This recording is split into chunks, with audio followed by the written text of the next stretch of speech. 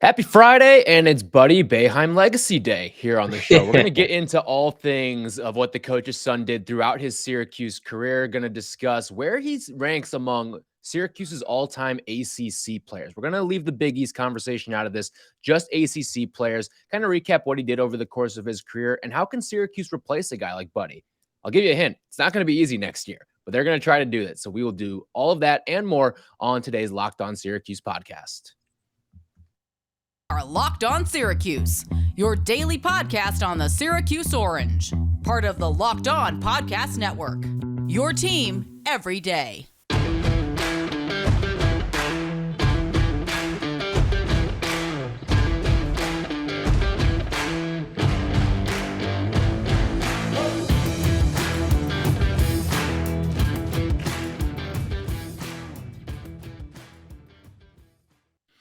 What's up and welcome in. This is the Locked On Syracuse podcast. I'm Tyler Aki. He's Tim Leonard. We're with you every single weekday here on the show, Monday through Friday. Check us out on Twitter at @LO_Syracuse. And we thank you for making us your first listen every single day. We're free and available on all platforms, so subscribe. And that includes YouTube. Watch the show on YouTube, like, comment, all that good stuff.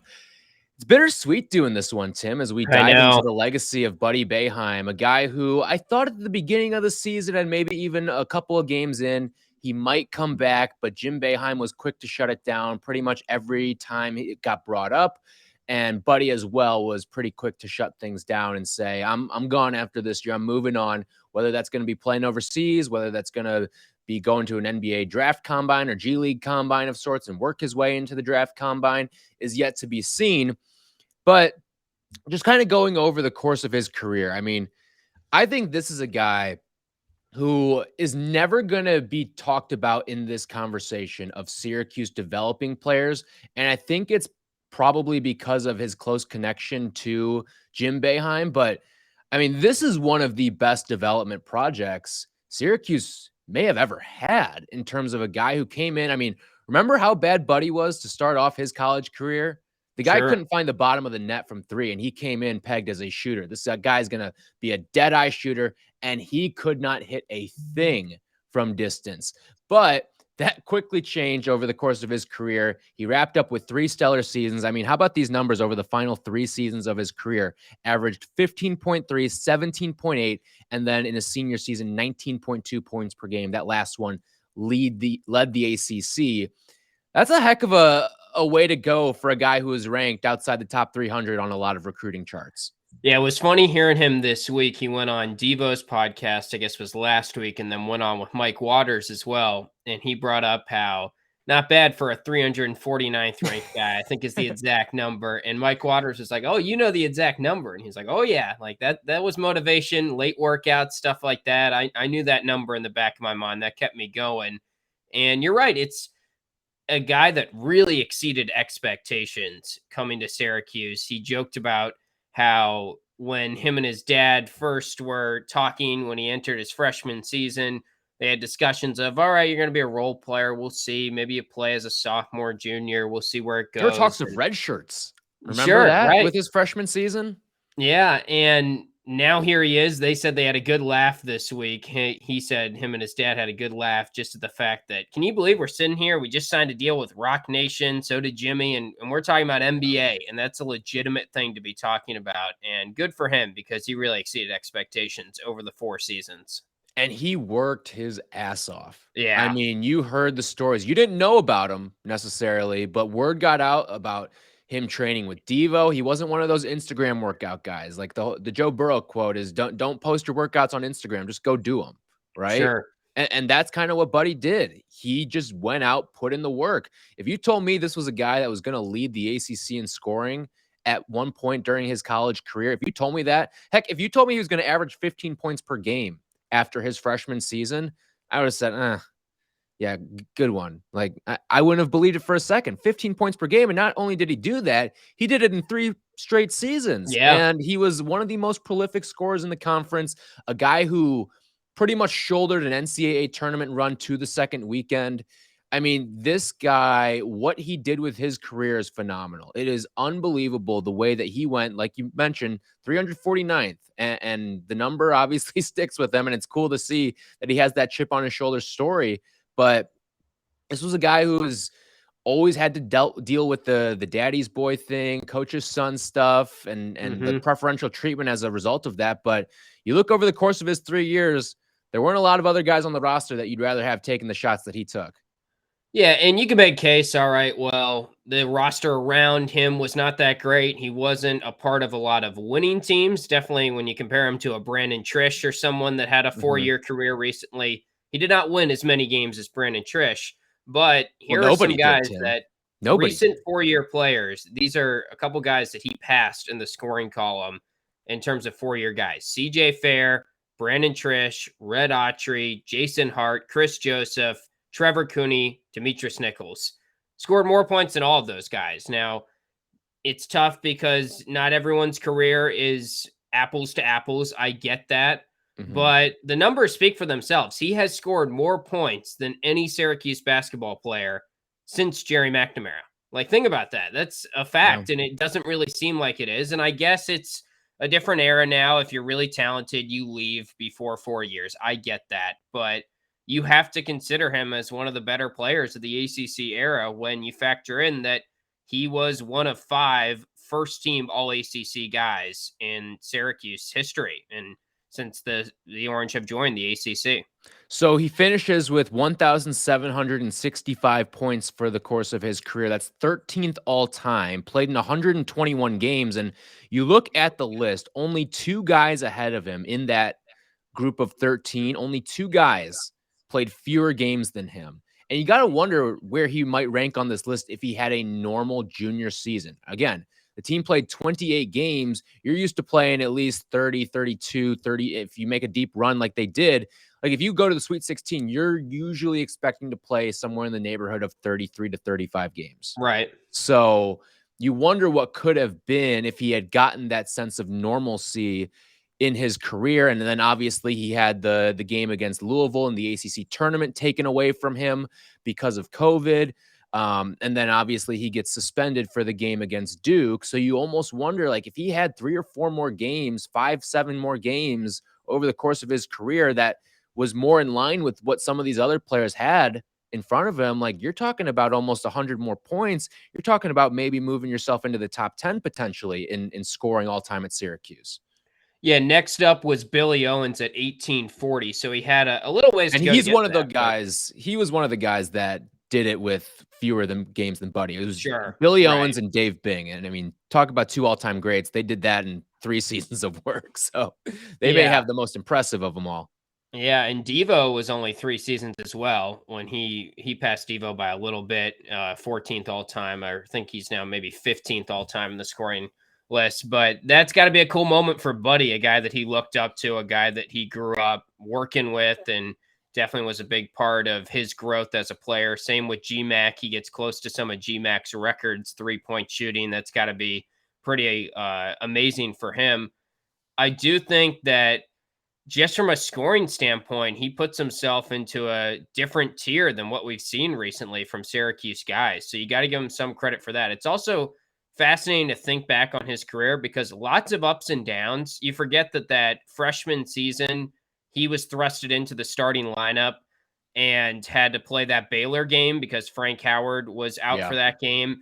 Did not play well. I think he was like 0 for 6 in the game and really struggled, and talked about with Devo how that was probably the lowest point of his career because he walked off the court that day and thought, man, that was a close game. If I played like I normally do, we're moving on to the second round, which is just probably him being hard on himself. But to bounce back from that and then really come through the next time that he got a chance in the NCAA tournament is really cool. Yeah, I mean, you just look at what he did in that ACC tournament leading into that too. I mean, remember the first game against, what was it, Pitt? I believe Tyus Battle was out that game, or maybe, I can't remember. I feel like there was a big injury. He got moved into a bigger role, ends up playing 36 minutes in that game, scores 20 points. Then the next game against Duke, plays 35 minutes, scores 15 points. And that was sort of all right, this kid can play. This kid can really play, and he's doing it on a big stage in the ACC tournament. Do you have a favorite Buddy moment? Or do you have Gotta like be a the Sweet top 16 3? run. Gotta be, right? I Yeah, mean, that like what the else? game against San Diego State and West Virginia, those are like 1 and 2. And then if you had to give a consolation prize and sprinkle it around, the Virginia game, in Sure, the good one. ACC tournament, that was a great one. I mean, I that thought you was were talking about that almost half-court shot that he kinda banked well, in there's at that too. Yeah. Virginia. I mean, Yeah, he had a number of moments against Virginia, but I would right. always look to the 31-point game he had in the conference tournament against Virginia that obviously Syracuse went on to lose that game in heartbreaking fashion. But even some of the little moments, like his first road game at BC was a game where he really came alive from 3. He ended up scoring 13 points, which tied a career high at the time. But hearing Buddy chants in a road arena, Mhm. I'm sure is something he'll never forget.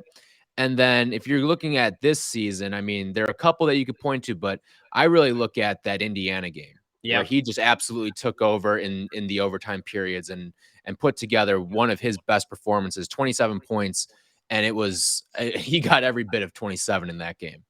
Yeah, there were a couple really hot stretches in his career. Virginia Tech on the road in ACC play his sophomore year. I think he scored 18 points in a row, took over that game.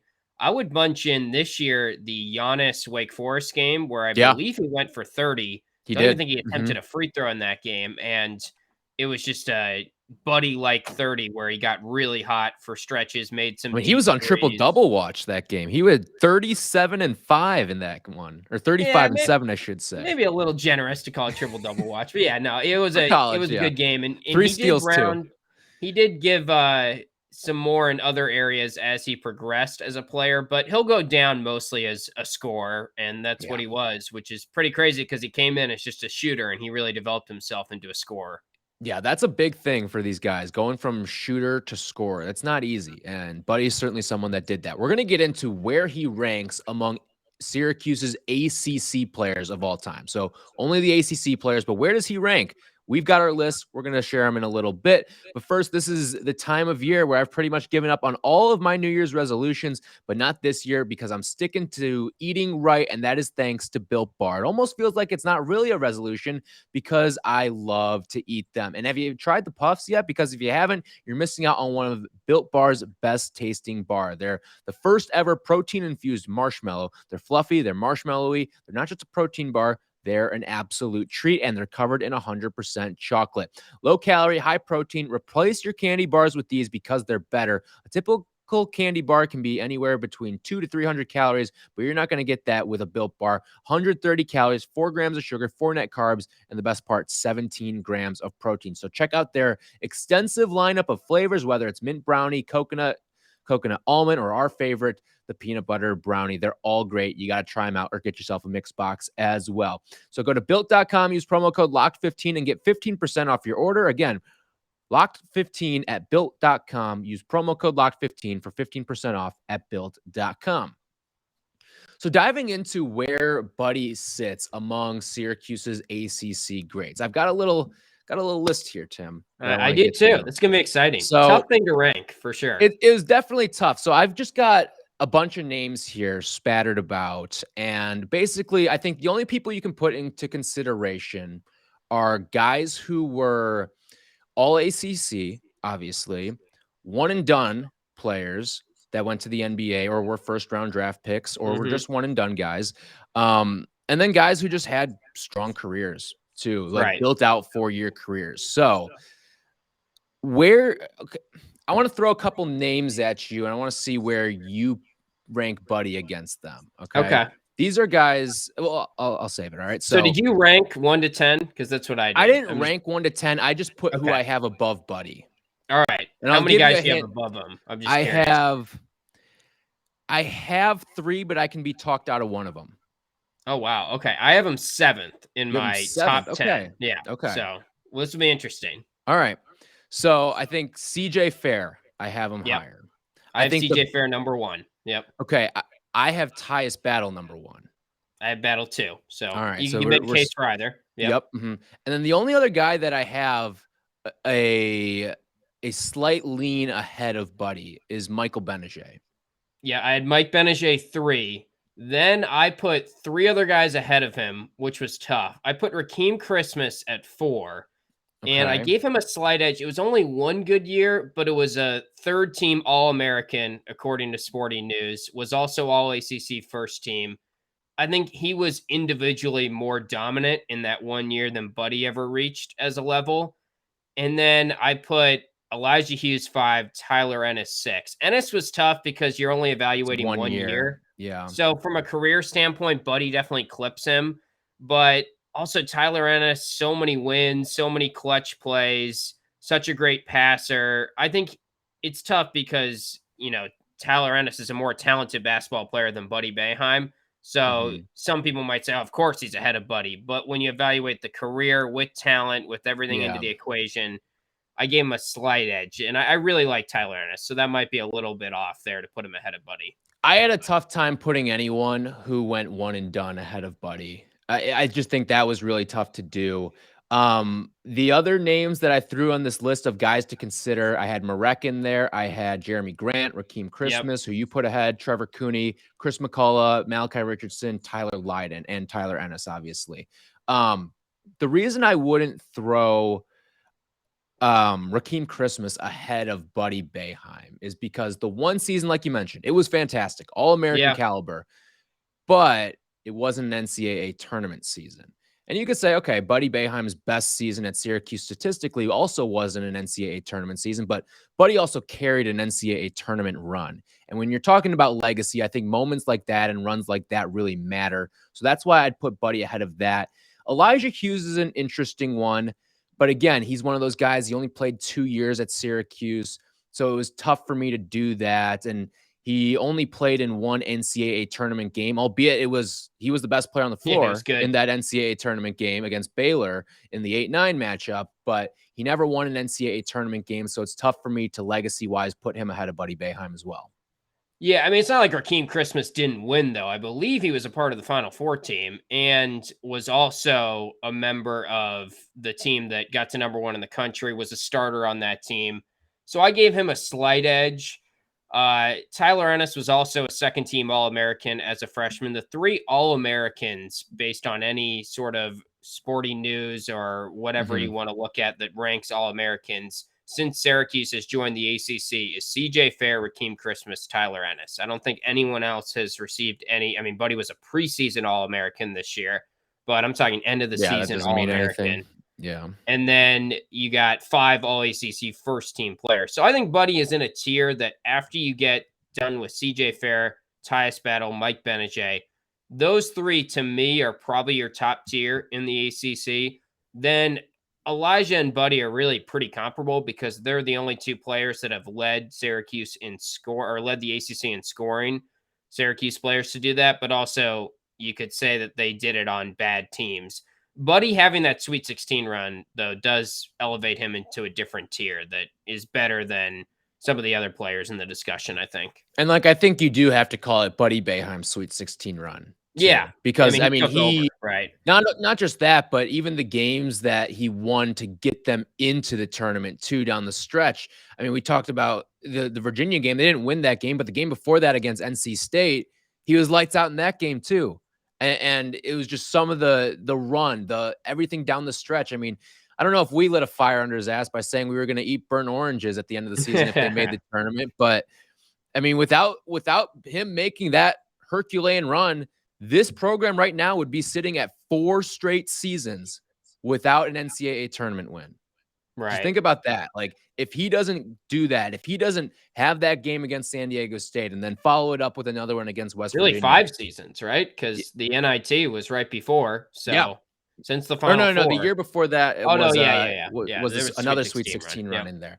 Yeah. And that puts Tyus, you have to give him some credit for that. Although Tyus statistically wasn't unbelievable in the run like Buddy was, but still was But doing he got a lot them of great there. stuff. And he was the best player on Syracuse's last comfortable team into the tournament. Like, last single-digit seed that this program's had was a Tyus Battle-led team. And Tyus did it on both ends. Not only was he a scorer and a closer and a gamer, but he did it on the offensive end. He was fantastic on defense, too.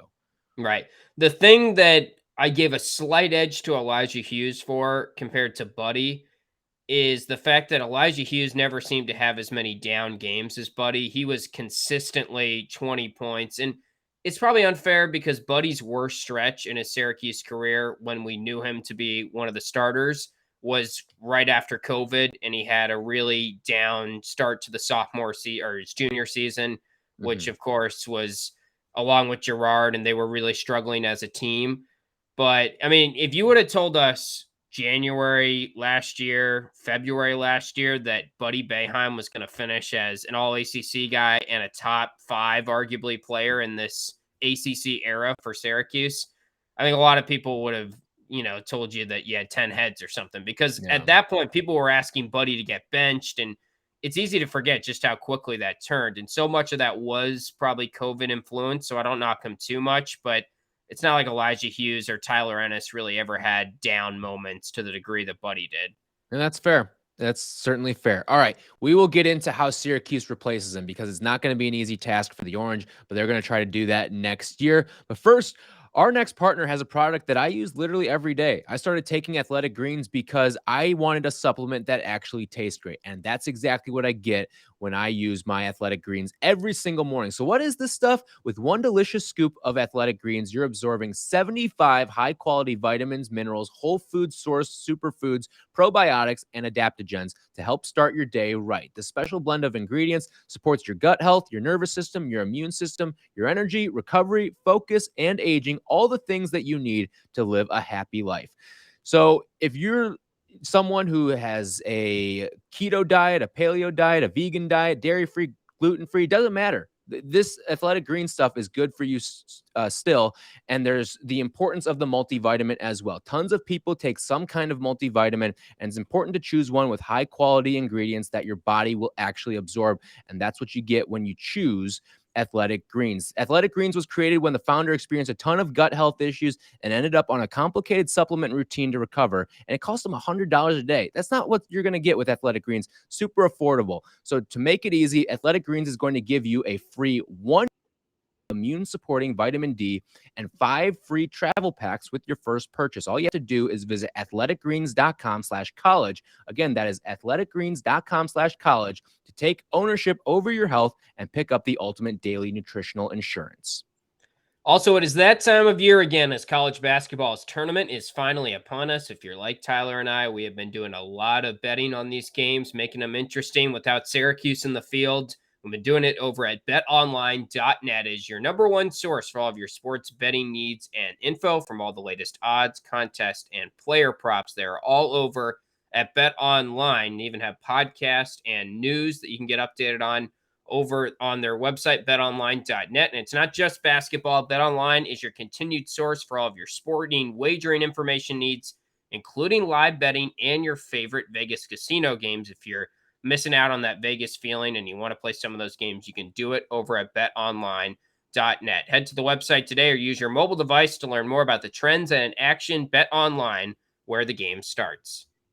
So how does Syracuse replace Buddy Boeheim? I think that's a question that is a lot easier said than done. And quite frankly, I don't think it's on the roster right now. I don't think the leaps of any player that you might see next year are going to be enough to replace Buddy Boeheim. Even if a guy like Benny were to take a giant stride into his sophomore season, I think it would be a little bit different than what you got out of Buddy Boeheim. And a lot of that comes down to the threat and his ability to space the floor as well, while also being able to kind of score at least 2 of the 3 levels. And I think he got better at scoring at the 3rd level, or I guess it would be the 1st level, close around the rim, over the course of his career. But the mid-range game, the 3-point shot, he had it all in terms of shooting the basketball. Now, how do they replace that? I think it's something that probably has to be done in the transfer portal. And I don't know if there is another Buddy Boeheim-like player out there that you can bring in and get the same sort of spark that Buddy got for you every single night. Yeah, maybe it's Judah Mintz if he comes, but I'm with you. I think the transfer portal has to be looked at as a serious option for Syracuse. We talked about that yesterday on the podcast. They don't really have a 3-level scorer on the roster right now. And you can make a case Buddy was more of a 2-level scorer, honestly. He scored so much from the mid-range and then from 3-point territory. He really hardly ever scored around the basket that closely. I mean, he did it some, but to the degree that he did the other stuff, probably not nearly as much. So at least a 2-level score. I mean, the guys that could fill that role, Cole Swider, if he comes back, could blossom into more of that second level off the dribble, mid-range area, almost like Buddy did, honestly, where Buddy went from shooter to scorer and took that big leap freshman to sophomore year. But who knows if he comes back. Joe Girard, I think, off the ball could become a guy that we know he's comfortable taking a bulk of the scoring load, taking that on more. And we saw that once Buddy transitioned out of the lineup in the Duke game in the ACC tournament. That was a hint of, okay, someone's got to take the shots, and Joe is a guy that's willing to do that. We've seen him try to take big shots late in games as well. So it's probably going to have to be a combination of Girard and Benny stepping up the scoring, Jesse doing more scoring, and it's not going to come from just one player unless they add from the transfer portal, which we are in agreement they really should do. It may be by committee, but I don't think that will nearly make it as effective as when you had one guy who literally averaged more than 19 points per game for you. And that's a luxury, and I know Syracuse fans hate when we say this, but Buddy was the most valuable player on this team. A lot of people point to Jesse. Some people may point outward at someone else, but it was Buddy Boeheim. He was the most important, most valuable player on this team. And just think about that Duke game. Even though people might point at that and throw it back in our face, like, look how close they played with Duke and they didn't have Buddy Boeheim. Did you see the Herculean efforts that you got out of Joe Girard in that first half, out of Jimmy Boeheim over the course of that game? Everybody had to step up to play an A+ level of basketball, and it still wasn't enough. Right. Like, that just shows you how important Buddy was to this team. I do think you can change your DNA as a team a little bit and make it so that you're not necessarily replacing Buddy Boeheim, but you're just morphing into a different team. And you need to probably, as Buddy is the lead guy, you're one type of offense, which is predicated around guard play. It's predicated around a leading scorer. Maybe you morph more into a pass-first offense in a defensive-minded team, which is still probably needing to add pieces in the portal to get to that point. But yeah, I mean, in the past, when a guy like Tyus Battle has left, Elijah Hughes has been there. So it's going to be interesting because they're losing a leading scorer, and it's not like they have a logical next guy. I'm sure if you're a Joe Girard fan, you could talk yourself into him averaging 15, 16 a game, and I could maybe get there. But it's not like they have a clear cut, this is our guy next year. And I feel like that's the first time in a while that we've been at Syracuse, or we've seen Syracuse in that sort of situation scoring wise. Yeah, not have the succession plan from a scoring standpoint. It might have to be Cole Swider. And if it's not, you're going to have to find someone out of the transfer portal in all likelihood. All right, that is going to do it for us on this Buddy Boeheim legacy appreciation, whatever you want to call it, podcast. Hopefully we don't have to do another one of these anytime soon with a Syracuse star. But we will be back next week. Everybody enjoy your weekend. We've got spring football next week, Tim. And we're going to have our buddy Drew Carter, who's going to be on the call for ACC Network. He will join us next week to break down all the big storylines heading into football season, which has a game next week, which is cool to see. So we will dive into positional stuff, Sean Tucker's return, what the quarterback situation is going to look like. That's going to be a lot of fun. Drew Carter will join us from the ACC Network next week to break it all down. Everyone have a great weekend, and we'll talk to you guys next week.